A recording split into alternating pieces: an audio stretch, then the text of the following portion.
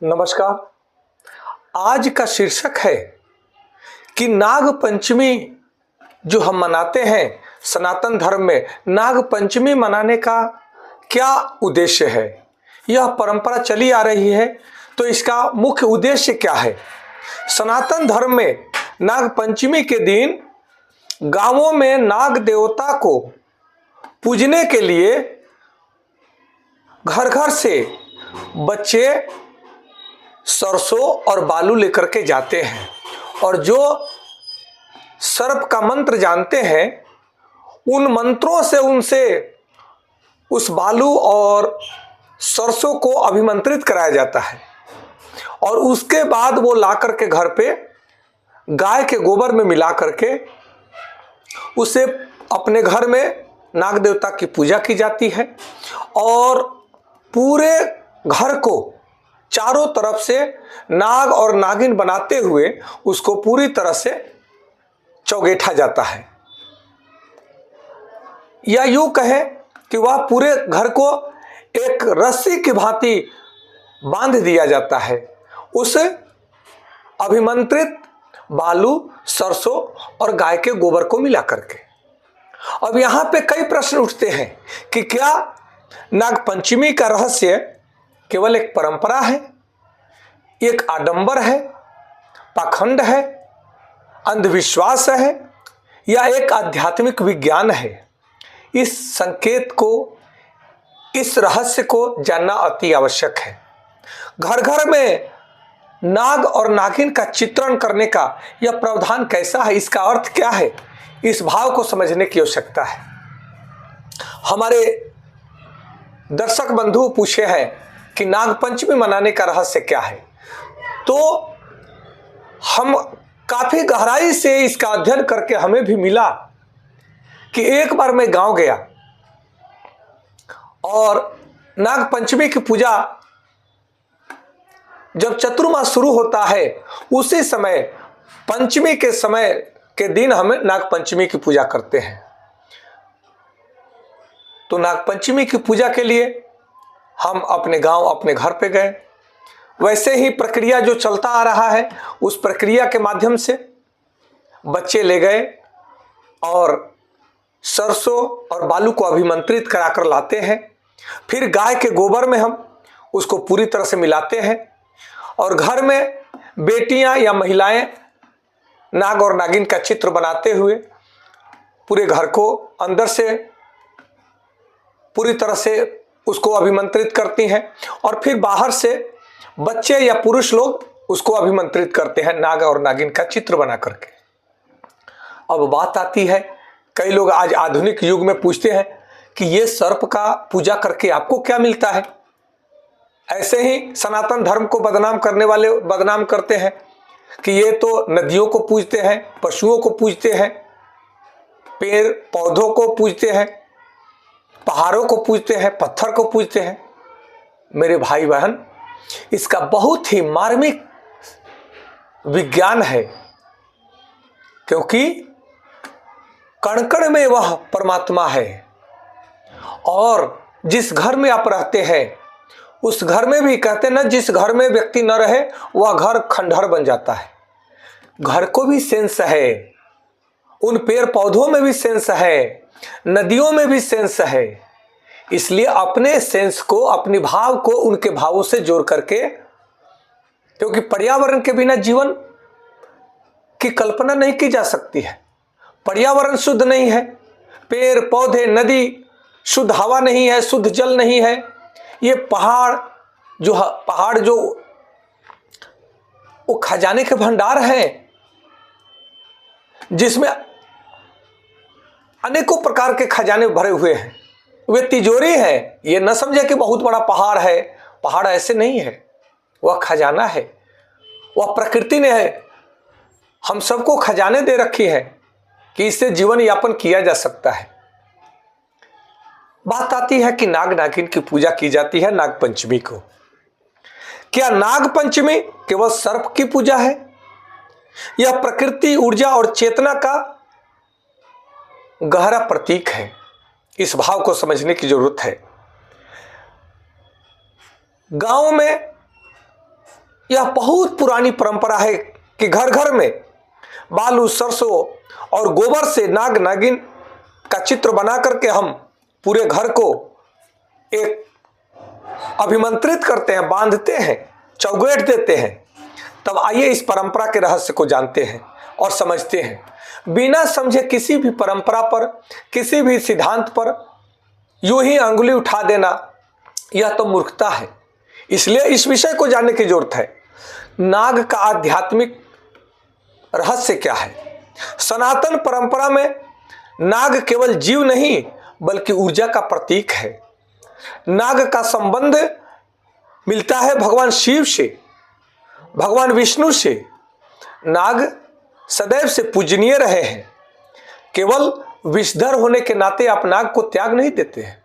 ध्यान कीजिए, सर्प जो श्वास छोड़ता है वह कुछ ऐसे विषैले श्वास भी छोड़ता है जिसे विषैले कीटाणु मारे जाते हैं। आपको ध्यान ना हो तो मैं ध्यान दिलाना चाहता हूं कि जब किसी को पहले कैंसर हो जाया करता था, जिसको शयन घाव कहा जाता था, हम लोग बच्चे थे तब से सुने हैं, तब वो क्या करते थे कि सर्प का तेल निकाल करके और उसको उस पर लगाया जाता था, तब वह घाव ठीक हो जाता था। इस बात को समझने की जरूरत। आज भी सर्प के विष से कई असाध्य रोगों का, यहां तक कि कैंसर की बीमारियों को भी ठीक किया जाता है। पर्यावरण में एक एक चीज अपने अपने आप में बहुत बड़ी कीमती चीज है, इसलिए आप किसी भी चीज को अन्यथा नहीं ले सकते हैं। कहते हैं सर्प का अर्थ है जागृत चेतना, जीवन की शक्ति, कुंडलिनी ऊर्जा, संरक्षण और संतुलन का प्रतीक है। इस भाव को समझने की आवश्यकता है। गांव की परंपरा बालू, सरसों और गोबर का प्रयोग, यह हमें बहुत ही बड़ा गहरा संदेश देते हैं कि बालू, जिसको हम रेत कहते हैं, पृथ्वी तत्व का प्रतीक है जो स्थिरता का प्रतीक है। सरसों जो ऊर्जा और जीवंतता का प्रतीक है। सरसों में प्राकृतिक कीटरोधी गुण भी पाए जाते हैं, ध्यान रखना। सरसों के तेल में, अर्थात सरसों में भी, जब सरसों में है तभी तो सरसों के तेल में कीटनाशक तत्व पाए जाते हैं, इसलिए इस बात को समझने की जरूरत है। और गोबर की जब बात आती है तो ग्रामीण जीवन में पवित्र और शुद्धि का प्रतीक है गाय का गोबर। आधुनिक शोध भी बताते हैं कि गाय के गोबर में जीवाणुरोधी गुण पाए जाते हैं, जिससे कीटाणु, विषैले पदार्थ वो मर जाते हैं। छोटे छोटे कीटाणु तो मर जाते हैं, और सांप और बिच्छू जैसे विषैले तत्व उसके गंध से दूर ही भाग जाते हैं। इस रहस्य को समझना है, इस सिद्धांत को समझना है। गांव का जो पहले घर हुआ करता था, घर के बाद खेते बहुत होते थे, बगीचे होते थे, अर्थात वहीं पे सर्प, बिच्छू सबके घर घर में और घर घर के पास में हुआ करते थे। हमारे बड़े बुजुर्ग ऋषि मुनियों ने कितनी शोध करके इस विषय को निकाला कि सर्प को भी पूजना, यानी एक एक जीव में परमात्मा है, उन सबको पूजना, उनके द्वारा ही हमारा और आपका सबका जीवन संतुलित है। इस धरती से अगर सर्प मर जाए तब यह धरती विषैला हो जाएगा। इस धरती पर एक एक जीवाणुओं का अपना बड़ा महत्व है, अपने आप में बड़ा महत्व है।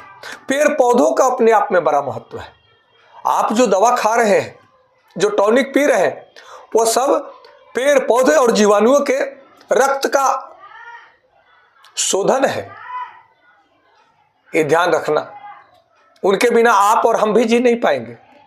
अब यहां पे बात आती है कि पहले प्रतिदिन सुबह उठ करके दादी, नानी, माता, बहन, ये सब गाय के गोबर से चौका लगाते थे।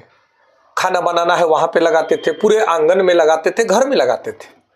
इसका वैज्ञानिक तथ्य तो समझे। एक तो उस घर में, उस आंगन में, वहां पे विषाणु नहीं रह सकते, वो मर गए। जो थोड़ा मजबूत है वो भाग जाएंगे उसके विषैले स्मेल से, और जो वहां का वातावरण है वो शुद्ध बन जाता है। तो कई लोग गाय के गोबर को भी दूषित मानते हैं, लेकिन हर चीज दूषित नहीं होता है। इस भाव को समझने की जरूरत है। कहते हैं कि हमारे जीवन में, ग्रामीण जीवन में पवित्र और शुद्धिकारक आधुनिक शोध बताते हैं कि जीवाणु भी जीवाणु को मारते हैं। इस भाव को समझने की जरूरत है। इसलिए हमें सुरक्षा के भाव को जागृत करते हुए नकारात्मक ऊर्जा को दूर भगाने के लिए और पृथ्वी के साथ में अपने जीवन को संतुलित करने के लिए यह भाव और यह विज्ञान कार्य करता है। नाग पंचमी का धार्मिक आधार को समझना अति आवश्यक है। नागों का उल्लेख अनेक ग्रंथों में भी किया गया है। जैसे महाभारत काल में कहा जाता है नागलोक में भीम का ननिहाल था। तो ये नाग से भी हमारा और आपका अस्तित्व जुड़ा हुआ है। भागवत पुराण में भी नाग की चर्चा आती है। नाग पंचमी वर्षा ऋतु में आती है, जब सर्प अधिक दिखाई देते हैं। जब वर्षा होती है तब जो पृथ्वी के अंदर रहते हैं, सांप, सर्प, बिच्छू और बहुत सारे बैक्टीरिया, वे सब बाहर निकलते हैं। बाहर निकलते हैं तो फिर रहने का जगह ढूंढते हैं। रहने का जगह के लिए वे घरों में घुसते हैं, और उसी समय उनसे अपनी रक्षा करने के लिए यह पर्व हमें सिखलाता है कि जिसे भय है उसको सम्मान भी देना है, उसे मारना नहीं है। उसको सम्मान से ही कहना है कि कृपया आप कहीं और जाएं, यहाँ पे हम सब लोग रह रहे हैं। और उसके बाद पूजा जब करते हैं तब दूध और उसमें चावल का लावा भून करके उसमें डाला जाता है कि यहाँ पे नाग नागिन सर्प उसका भोग लगाएंगे। देखिए कितना पवित्र भाव है सनातन धर्म का। जिससे खतरा है उससे डरना नहीं है, उससे समझना है और उसे अपने बुद्धि, विवेक और भावनाओं से संतुलित करना है। यह हमें सनातन सिद्धांत सिखलाता है। और उसके साथ साथ में सनातन सिद्धांत हमें यह भी सिखलाता है कि प्रकृति का संरक्षण करना है। यह त्योहार वर्षा ऋतु में मनाया जाता है। खेती, मिट्टी और पर्यावरण का यह समय होता है। नाग पूजा का अर्थ है सांपों को मारना नहीं है, सांपों का सम्मान करना है और भावों से उनको अपनाना भी है। कहते हैं यह जैव संतुलन बनाए रखने के लिए इन भावों को जागृत करना अति आवश्यक है। आज जो बच्चे नहीं जानते हुए तो सर्प देखते के साथ में उसे मार देंगे, लेकिन जो हमारा सिद्धांत है वो कहता है मारो मत, उसे भी रहने का जगह दो, उसे भी इसी पृथ्वी पर रहना है। आप भी जियो और उसे भी जियो, जीने दो, ये जरूरी है। प्रकृति के साथ अपना सह अस्तित्व को बना करके रखना हम सबका परम कर्तव्य है। कहते हैं आज के पर्यावरण संकट में यह संदेश अत्यंत प्रासंगिक है। आज आप देख रहे हैं हर जगह वातावरण दूषित हो रहा है, जल दूषित हो रहा है, वायु दूषित हो रहा है, पृथ्वी दूषित हो रही है। क्यों? हमने अपने स्वार्थ में पर्यावरण को संरक्षित करने का भाव हम भूल गए। पर्यावरण को सुरक्षित रखने का हम भाव भूल जाते हैं। पर्यावरण को शुद्ध कर रखने का ये जिम्मेवारी हमारी है, हम भूल जाते हैं। तो इसीलिए उसका खामियाजा हमें ही भुगतना पड़ता है। और कहते हैं प्रकृति से ज्यादा छेड़छाड़ करोगे, प्रकृति उलट फेर करके सबको विध्वंस कर देगी। जिस दृश्य का दर्शन करने को कई बार मिलता है, अभी कोरोना, ये भी प्राकृतिक छेड़छाड़ का ही एक नमूना था। इस बात को समझने की जरूरत है। आंतरिक अर्थ को भी समझना है कि आध्यात्मिक अर्थ ये भी है कि सर्प की पूजा हम करते हैं, हमारे अंदर भी नाग बैठा हुआ है, वो विषैला नाग हमारे अंदर भी बैठा है।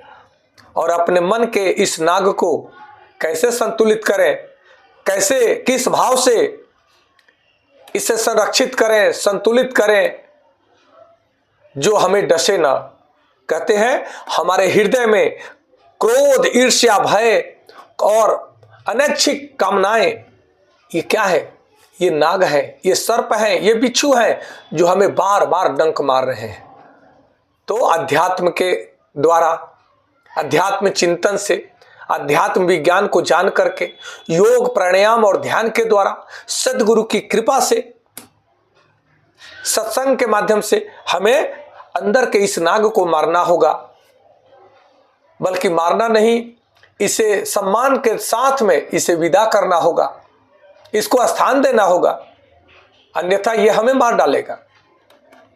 इसलिए नागपंचमी का वास्तविक अर्थ है इन आंतरिक विषयों को नियंत्रित करना। हमारे सनातन धर्म में हर पूजा पद्धति, उत्सव जो बनाया गया है, यह प्रकृति को नियंत्रित करने की विधि है। यह हर व्यक्ति का अपनी प्रकृति भी है और यह संपूर्ण समष्टि की प्रकृति को भी नियंत्रित करती है और अपने अंदर की प्रकृति को भी नियंत्रित करती है। इसलिए जब हम घर में नाग के चित्र बनाते हैं तो यह केवल कला नहीं, बल्कि यह संकल्प है कि मैं प्रकृति का सम्मान करूंगा, मैं अपनी ऊर्जा को संतुलित रखता हूं और मैं अपने भीतर के विष को शांत रखूंगा। यह संकल्प लेना है, तभी यह नागपंचमी का पूजा सृष्टि में भी और हमारे आंतरिक प्रकृति में भी तभी शुद्ध हो पाएगा, तभी यह पूजा संपन्न हो पाएगा। नागपंचमी अंधविश्वास नहीं है, यह प्रकृति और चेतना के संतुलन का पर्व है। इस भाव को समझना है। परंपरा का सम्मान करना चाहिए। कोई भी परंपरा जो हमारे ऋषि मुनि बताए हैं, करते आ रहे हैं, हमारे पूर्वज करते आ रहे हैं, उसका रहस्य है। बिना जाने आप किसी को खंडित न करें। और मैं ये भी कहता हूं कि आंख बंद करके अंधविश्वास में भी न माने, आप उसको जानने का प्रयास करें, तब आप एक वैज्ञानिक आधार पर वैज्ञानिक सिद्धांतों को समझ पाएंगे। इसलिए इस भाव को समझना है कि हम सब हर प्राणी की, हर स्थान का, हर पर्यावरण के जो पंचभूत हैं, पंच तत्व हैं, हम उनकी उपासना करते हैं, उनका सम्मान करते हैं, उनका पूजन करते हैं। इसलिए आज नागपंचमी का यह विषय, मुझे विश्वास है कि आपके मन के भ्रम को तोड़ेगा और आध्यात्मिक सिद्धांत को समझने में आपको सहयोग मिलेगा। क्योंकि भ्रम में रह करके व्यक्ति जानने का समय नहीं है लोगों के पास, अध्ययन करने का भी समय नहीं है और गहराई से डीपली समझने का भी समय नहीं है, क्योंकि जिम्मेदारियां बहुत है, दायित्व सर पे बहुत है। तो यह हमारा दायित्व बनता है कि मैं अध्ययन के माध्यम से, रिसर्च के माध्यम से अपने सनातन धर्म के एक एक सिद्धांत का व्याख्यान करके, उन गहराइयों को समझ करके आप तक पहुंचाऊं। इसी भाव से हम आपसे हर दिन एक नया विषय के साथ जुड़ते हैं, ताकि हमारा समाज जागृत हो और अपने धर्म के विषय में जाने। सनातन धर्म से ही हर धर्म निकला हुआ है। सनातन का अर्थ होता है जिसका आदि न अंत हो, जो आत्मा चैतन्यता की बात करता है वही सनातन है। ये कोई मजहब नहीं है, सनातन धर्म है। इस भाव को समझना है। आज इतना ही, कल पुनः किसी विषय के साथ आपसे जुड़ेंगे। कोई क्वेश्चन आपके पास भी हो तो आप हमें, कहीं भ्रम हो, भय हो, अंधविश्वास लगता हो, उसको हमें भेजें। मैं उसका गहन अध्ययन करके आपसे फिर वार्ता करूंगा और उसका आध्यात्मिक पक्ष, व्यवहारिक पक्ष और जीवन में उसका क्या लाभ है, क्या हानि है, इस पर वार्ता करेंगे। इसलिए आज इतना ही। आप सबको कोटि कोटि नमन।